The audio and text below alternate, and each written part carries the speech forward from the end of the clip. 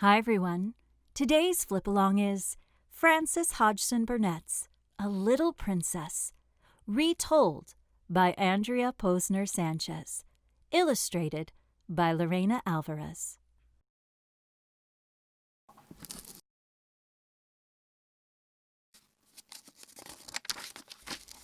Sarah Crewe was just 7 years old when she went on a long journey with her father. They traveled all the way from India to England, where Sarah would attend Miss Minchin's school for girls. "Here we are, Sarah," said Captain Crewe, making his voice sound as cheerful as possible.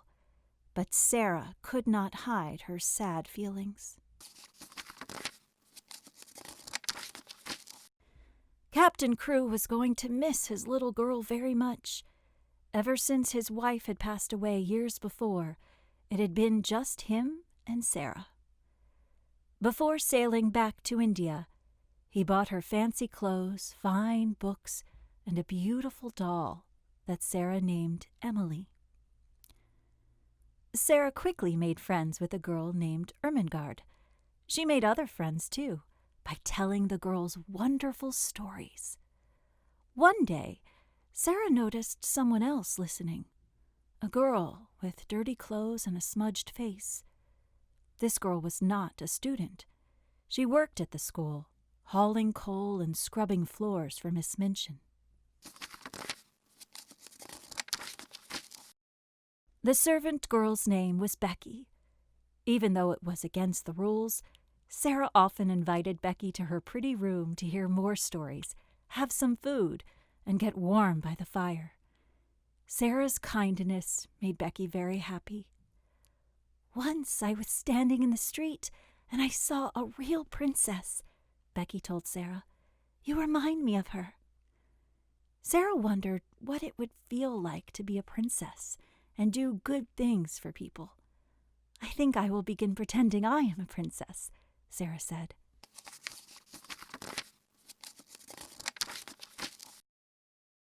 One afternoon there was exciting news for Sarah.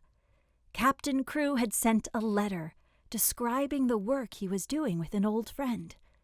They planned to dig mines and search for diamonds.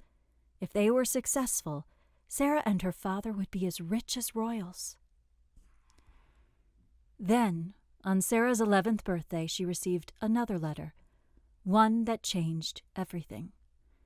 Sarah was told that Captain Crewe had never found the diamonds. He had become very ill and passed away.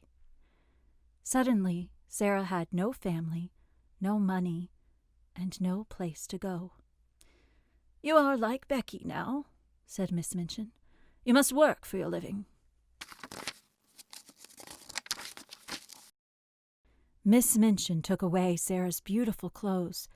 She moved Sarah out of her lovely bedroom and up to a dreary room in the attic, near Becky's room. The bed was hard.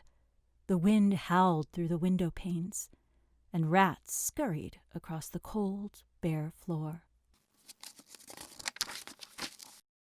Sarah tried to find things to make herself happy. Watching the sparrows hopping around on the rooftops, Sarah felt as if she had the sky and the world to herself. Gazing at the attic windows in the empty house next door, she hoped someone nice would move in so they could visit each other. One day, Sarah had a big surprise. A monkey came in through her window. A man named Ram Das quickly climbed in to retrieve him. He'd recently moved into the house next door, along with a gentleman from India who was searching for the daughter of an old friend.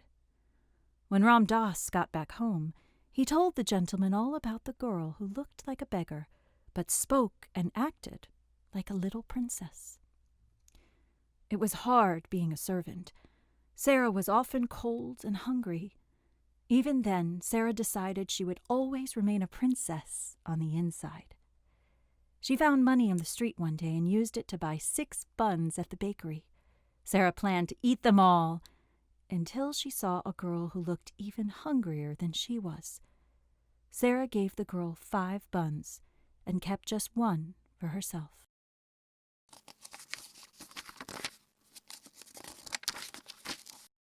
That night, Sarah was pleased to have a visitor in her room. Ermengarde had brought a hamper of food to share with Sarah and Becky. "Let's pretend it's a fancy party," cried Sarah, decorating the table with Ermengarde's shawl. But before the pretend princess feast could even begin, the girls heard loud, angry footsteps on the stairs. Miss Minchin burst into the room and took everything away. "Sarah, you'll have no breakfast or dinner tomorrow," she shouted. Sarah cried herself to sleep. When she awoke, she discovered a rug on the floor, a new quilt on the bed, a warm fire in the grate, a table covered with food, and a pile of new books. A note read, "To the little girl in the attic, from a friend." "I have a friend," whispered Sarah. She rushed to get Becky. "It's not a dream," Sarah told her. "Everything here is real. The magic has come and done it."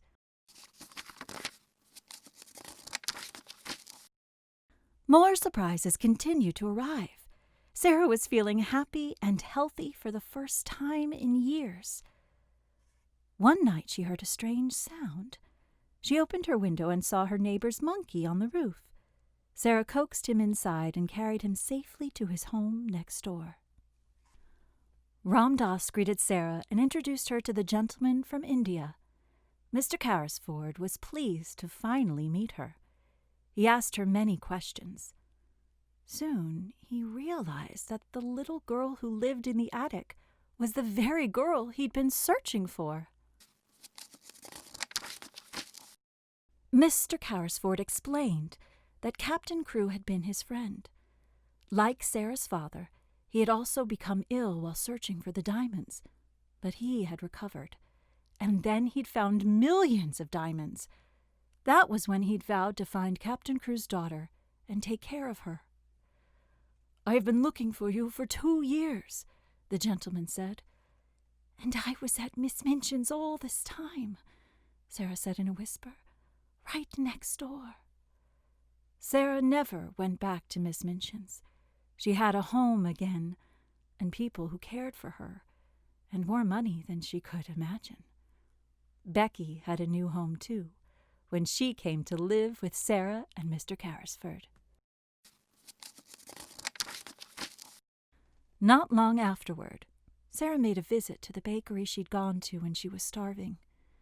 She asked the baker woman to always offer buns to any hungry children who stopped by. "Then please send the bills to me," she said. Rich or poor, Sarah was happy when she was able to help others, just as a princess.